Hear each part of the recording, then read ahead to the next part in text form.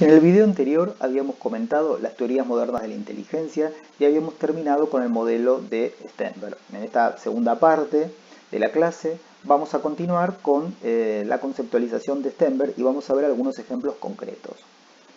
Ahí tenemos en la figura un modelo del test no comercial que diseñó Stenberg para evaluar la inteligencia triárquica o la inteligencia exitosa. En las filas tenemos las tres inteligencias, analítica, práctica y creativa, y en las columnas tenemos los diferentes formatos en los cuales se puede evaluar la inteligencia. Entonces vemos que tenemos un formato de 4×3, de 12 aspectos a evaluar, ya que el contenido analítico puede ser evaluado, o el práctico, el creativo, a través de problemas verbales o situaciones verbales, a través de el formato cuantitativo, a través de un formato figural o a través del formato de ensayo, es decir, un formato más libre.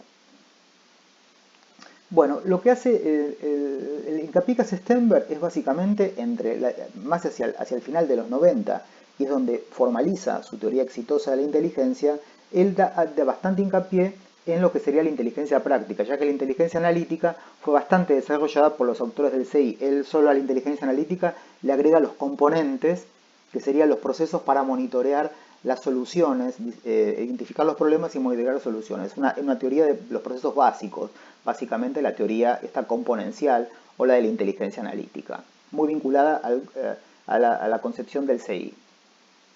Luego, en esta concepción más moderna de la inteligencia práctica, básicamente Stenberg hace un hincapié en diferenciar la inteligencia práctica del problema académico. El problema académico yo lo resuelvo bien con estos test de CI. Es decir, ¿por qué?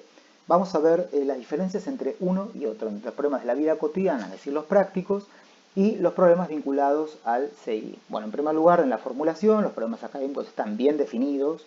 En los problemas prácticos, la definición es pobre, faltan datos. Es decir, ahí yo tengo que tomar decisiones sin tener toda la información. En cambio, en el problema académico tengo toda la información y el problema está muy claro y muy definido.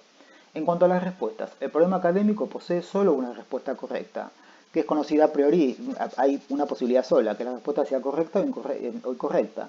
En cambio, en el problema práctico tienen muchas respuestas válidas y estas no son conocidas de forma previa. Es decir, yo puedo alcanzar la solución a través de muchas maneras. En cuanto al método, tiene un solo método adecuado para arribar al resultado correcto. Los problemas académicos, los problemas prácticos, se puede arribar a la solución por diferentes métodos, lo que decimos antes. En cuanto a los sujetos participantes, en los problemas escolares o académicos, hay un sujeto que formula el problema y conoce su respuesta, y otro que lleva adelante el proceso de resolución. Y en los problemas prácticos es el propio sujeto el que formula el problema y lo resuelve y arriba a la solución, porque los problemas en el mundo real no están bien definidos. Entonces, esto pasa en cualquier empleo. Uno tiene que resolver una situación problemática que no está muy clara, y el éxito depende si uno puede formular bien el problema, poder resolverlo y arribar a la solución. Acá tenemos, en cuanto al interés, no tiene interés intrínseco el problema académico. En cambio, los problemas prácticos sí es intrínseco y es un desafío para el sujeto. Y en cuanto al tipo de problema, en los problemas académicos se trata de situaciones artificiales de aprendizaje. Son generalmente artificiales o situaciones modelo que es poco frecuente o poco probable que ocurran en la vida diaria. En cambio, los problemas prácticos, acá son problemas que aparecen en la vida cotidiana. Digamos, ahí tenemos otro ejemplo de lo que sería un problema académico, un típico problema matemático de encuentro. Por ejemplo, un conductor recorre con su auto 120 km por hora y debe llegar a la ciudad de Mar del Plata, situada a 430 km. ¿Cuánto tiempo demorará en arribar al destino si mantiene esta velocidad durante todo el viaje? Es un problema matemático. En cambio, un problema práctico, ¿cómo sería? Bueno, acá tenemos un escenario simulado. Por ejemplo, un gerente debe implementar un proyecto. Para lograrlo necesita motivar a su grupo. Es casi un hecho que si logra este objetivo va a recibir un aumento salarial. Sabe que esta información sería insuficiente motivación para el grupo, pero de no implementarse, es decir, si no logra el aumento, terminaría por desalentarlos. ¿Cómo procede con esta información? Bueno, y ahí habría que resolver esta situación. El modelo siguiente es el modelo de Howard Gardner de la teoría de las inteligencias múltiples. Y entonces vamos a comentar brevemente en qué consiste este modelo. La inteligencia, dice Howard Gardner, es la habilidad para resolver problemas en distintos campos y generar productos socialmente valorados. Acá, en esto también Stenberg hacía bastante hincapié, aunque no lo hemos comentado, que la inteligencia se ve no es porque yo digo soy inteligente, sino por el producto que yo hago y que otro valora. Estas inteligencias pueden presentarse de forma aislada, decía Gardner, es decir, por ejemplo el caso de los idiot savants. Existen al menos 7 habilidades que son potenciales, las 7 inteligencias o inteligencias múltiples, que son potenciales biológicos y que se desarrollan en las personas. Y cada persona nace con un potencial determinado, es decir, con un perfil determinado de potencialmente las personas podrían tener las 7, pero cada persona nace como con un perfil de diferentes inteligencias múltiples y a lo largo de la vida las que se destacan más en los productos básicamente valorados son aquellas que predominan, ¿no? Por ejemplo, un músico que se destaca por su composición predomina la inteligencia musical y es una versión alternativa a la inteligencia tradicional, ¿no? Una persona exitosa en el deporte, una persona con talento musical o con muy buen manejo de las habilidades interpersonales se considera una persona inteligente. Entonces, en el modelo clásico, esto no era considerado una persona inteligente, estos talentos especiales. Y la otra cosa importante es que, como cada uno tiene un perfil diferente de inteligencias múltiples, y estas son muchas, no todos aprendemos por los mismos canales.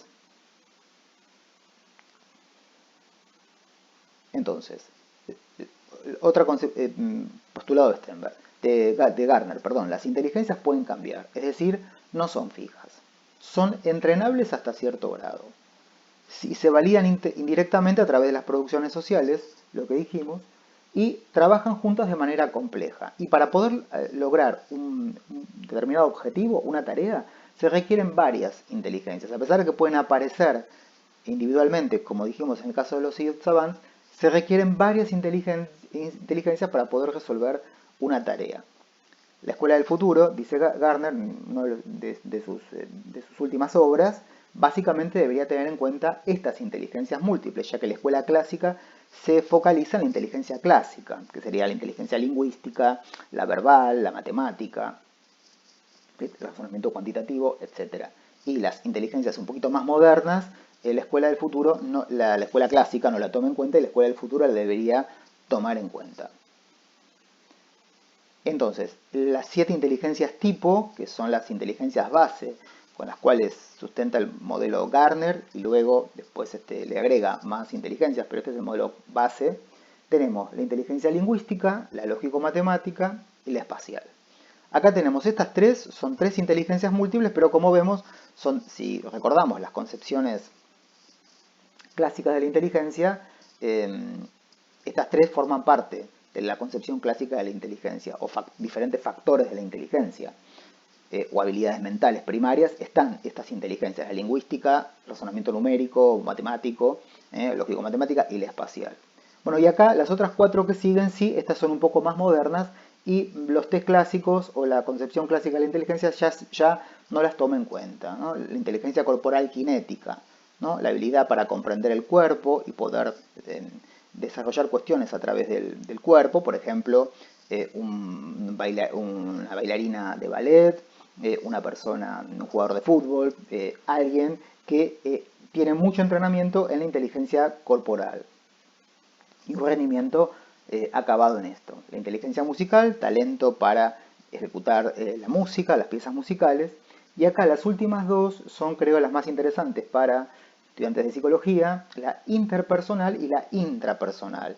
Estas sí ya tienen que ver con la interfase cognición-emoción. La intrapersonal es muy vinculado a lo que uno llamaría hoy en día la inteligencia emocional. Es la facultad para poder entender las propias emociones y poder llevarlas a la práctica, es decir, poder ejecutar determinado problema sin interferencia emocional o tomando en cuenta las emociones, poder hacer una ejecución de determinada tarea. Y la inteligencia interpersonal es habilidades para manejar las relaciones interpersonales. Yo creo que estas inteligencias son muy importantes para todas las disciplinas en las cuales el quehacer profesional trate de trabajar con personas. Por ejemplo, bueno, la psicología es muy importante, el psicólogo tiene que tener la intrapersonal, para que sus problemas no se los confundan con los de los pacientes, por ejemplo, o de sus empleadores, y la interpersonal para poder manejarse con diferentes profesionales. Ahí Gardner después agrega más adelante en sus modelos, ya estos más fines de los años 90, agrega otros 4 tipos de inteligencia, pero no las desarrolla. Dice que puede haber una inteligencia espiritual, una inteligencia naturalística, la sensibilidad moral, la intuición, etc. Pero como para ver, como para dar la idea de que de que este modelo está basado en los contenidos de la inteligencia.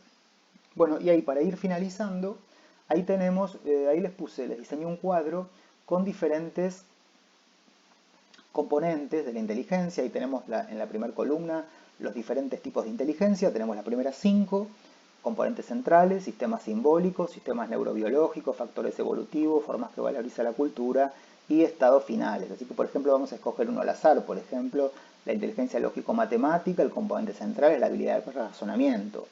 Es decir, la habilidad para trabajar con sistemas numéricos y lógicos. El sistema simbólico es el lenguaje de computación. Formas que valoriza la cultura: descubrimientos científicos, teorías matemáticas, sistemas de clasificación. Y el estado final, el producto social, sería, bueno, un científico, un matemático. Vamos a la corporal cinética, que es una inteligencia un poco más novedosa. ¿Qué sería? La habilidad para controlar los movimientos del propio cuerpo y manejar objetos con destreza. Ahí importa los lenguajes de signos. Varía según componentes o dominio: fuerza o flexibilidad. Formas que valoriza la cultura: artesanías, desempeños atléticos, obras teatrales, danza. ¿Y cuál es el estado final? Atleta, bailarín, escultor.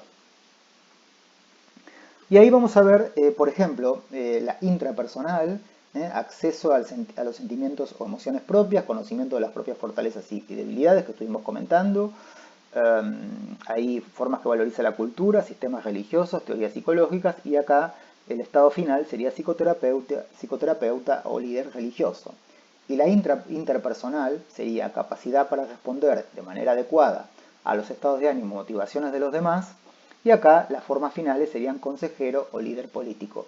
Como pueden ver, es una concepción muy diferente de lo que sería la concepción clásica de la inteligencia. Desde este punto de vista, una persona, un político o un líder político, un psicoterapeuta famoso, puede ser una persona o considerado un prototipo de la inteligencia que clásicamente en los modelos anteriores, o el modelo clásico del CI, no era así. Bueno, y aquí tenemos otro cuadro que tiene que ver con, este modelo tuvo bastante importancia en el ámbito educativo, es decir, ya que se podía trabajar en este ámbito. Por ejemplo, ahí tenemos la inteligencia lingüística: las personas piensan en palabras, les gusta leer y escribir, se evalúan a través de los test clásicos, como comentamos, actividades de enseñanza, clases magistrales, debates, narración, estrategias didácticas, lea, escuche sobre un tema. La inteligencia espacial: las personas piensan en imágenes y fotografías, les gusta diseñar, garabatear, visualizar, se necesitan artes, videos, películas, y se evalúa a través desde memoria visual, visomotores, desde aptitudes artísticas, etc. Y estrategias de enseñanza, actividades de enseñanza, presentaciones visuales, actividades artísticas, metáforas mentales, símbolos, y estrategias didácticas: dibújelo, visualícelo, haga un mapa mental. Y bueno, finalmente vamos a comentar las últimas dos, que son las por ahí más interesantes para el ámbito de la psicología. Por ejemplo, la interpersonal: intercambiando ideas con otras personas. Ahí, ¿qué se ve en escalas de madurez, control social, sociogramas, test proyectivos, dónde se visualiza: aprendizaje cooperativo, tutoría de compañeros, role-playing, enseña el tema, estado final, enseña el tema, colabore, interactúe. Y la interpersonal básicamente es fijarse metas, meditar, soñar, estar callados, planificar. Se ven test proyectivos, test de evaluación del autoconcepto, etc. Y las actividades de la enseñanza: conéctelo con su vida personal, haga lecciones personales al respecto y defina metas. Este cuadro es un cuadro que pueden utilizar para diseñar cualquier tipo de actividad o cualquier tipo de modelo de enseñanza basada en la teoría de las inteligencias múltiples. Bueno, si quieren revisar en detalle todo este tema, recomiendo el texto Concepciones Contemporáneas de la Inteligencia, que es una síntesis de esta clase y tiene algunos desarrollos un poquito más en profundidad. El texto es de Castrozolano y Benatuil del 2008, se encuentra en el libro de María Martina Casullo, Prácticas en Psicología Positiva, de la editorial Lugar.